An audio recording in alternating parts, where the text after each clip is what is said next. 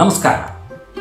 ಮುಖ್ಯ ಪ್ರಾಣ ಬಂದ ಮನೆಗೆ ಸರಣಿ ಕಾರ್ಯಕ್ರಮಕ್ಕೆ ತಮ್ಮೆಲ್ಲರಿಗೂ ಪ್ರೀತಿಯ ಸ್ವಾಗತ. ಆತ್ಮೀಯರೇ, ಇವತ್ತು ನಾವು ನಮ್ಮ ಈ ಸಂಚಿಕೆಗೆ ಆರಿಸಿಕೊಂಡದ್ದು ಬೆಂಗಳೂರಿನ ಯಲಹಂಕದ ಹಳೆ ಪಟ್ಟಣ ಅಂದರೆ ಓಲ್ಡ್ ಟೌನ್ನಲ್ಲಿರುವಂಥ ಒಬ್ಬ ಆಂಜನೇಯ ಸ್ವಾಮಿ ಚರಿತ್ರೆಯನ್ನು. ಇದು ಒಂದು ಬಹಳ ಪುರಾತನವಾದಂಥ ಒಂದು ದೇವಸ್ಥಾನ. ಇದನ್ನು ಜನಮೇಜಯ ರಾಜ, ಚೋಳರು, ನಂತರ ಕೆಂಪೇಗೌಡರು ಪೂಜೆ ಮಾಡಿದಂಥ ಒಂದು ದೇವರಿವರು. ಅಂದರೆ ಮೊಟ್ಟ ಮೊದಲು ಬಹಳ ಪುರಾತನವಾದ ದಿವಸದಲ್ಲಿ ಅಲ್ಲಿ ಒಂದು ಅಶ್ವತ್ಥ ಕಟ್ಟೆ ಇತ್ತು. ಆ ಅಶ್ವತ್ಥ ಕಟ್ಟೆಯ ಪಕ್ಕದಲ್ಲಿ ಒಂದು ಬಂಡೆ ಇತ್ತು. ಆ ಬಂಡೆ ಒಳಗೆ ಈ ಹನುಮಂತ ದೇವರು ಇತ್ತು ಅಂತ. ಆಮೇಲೆ ಇವರು ದೇವಸ್ಥಾನ ನಿರ್ಮಾಣ ಮಾಡೋ ಹೊತ್ತಿನಾಗ ಅದನ್ನು ತಮ್ಗೆ ಯಾವ ಆಕಾರಕ್ಕೆ ಬೇಕೋ, ಎಷ್ಟು ಬೇಕೋ ಅಷ್ಟು ಕಟ್ಟಿ ನಿರ್ಮಾಣ ಮಾಡಿದರು ಅಂತ ಹೇಳ್ತಾರೆ. ಏನು ವಿಶೇಷ ಅಂದ್ರೆ, ಈ ಹನುಮಂತ ದೇವರ ದರ್ಶನ ಆಗೋದು ವರ್ಷಕ್ಕೆ ಒಂದೇ ಒಂದು ಸಲ, ಅದು ಹನುಮ ಜಯಂತಿ ದಿವಸ. ಅವತ್ತೊಂದಿನ ಮಾತ್ರ ದರ್ಶನ ಕೊಡುವಂಥ ಹನುಮಂತ ದೇವರು, ಅಷ್ಟು ವಿಶೇಷವಾದಂಥ.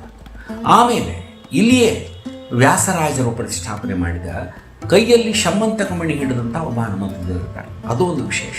ಯಾಕಂದ್ರೆ ನಾವು ಬೇರೆ ಬೇರೆ ಕೈಯಲ್ಲಿ ಗದೆ ಹಿಡಿದವರು, ಸೌಗಂಧಿಕ, ಪುಷ್ಪ, ಅಭಯಹಸ್ತ ನೋಡ್ತೀವಿ. ಆದರೆ ಶಮಂತಕ ಮಣಿಯನ್ನು ಹಿಡಿದಂಥ ಹನುಮಂತ ದೇವರು ಬಹಳ ವಿಶೇಷವಾದಂಥ ಒಬ್ಬ. ಈ ಹನುಮಂತ ದೇವರು ಭಕ್ತರು ಸಾಕಷ್ಟು ಸಂಖ್ಯೆಯಲ್ಲಿದ್ದಾರೆ. ಆಮೇಲೆ ಇದೇ ಒಂದು ದೇವಸ್ಥಾನದೊಳಗೆ ಭಕ್ತರೆಲ್ಲ ಸೇರಿಸಿ ಇಡಗುಂಜಿ ಗಣಪತಿ, ಸುಬ್ರಹ್ಮಣ್ಯ ಸ್ವಾಮಿ ಮತ್ತು ಬೇರೆ ಬೇರೆ ದೇವರನ್ನ ಪ್ರತಿಷ್ಠಾಪನೆ ಮಾಡ್ಯಾರ.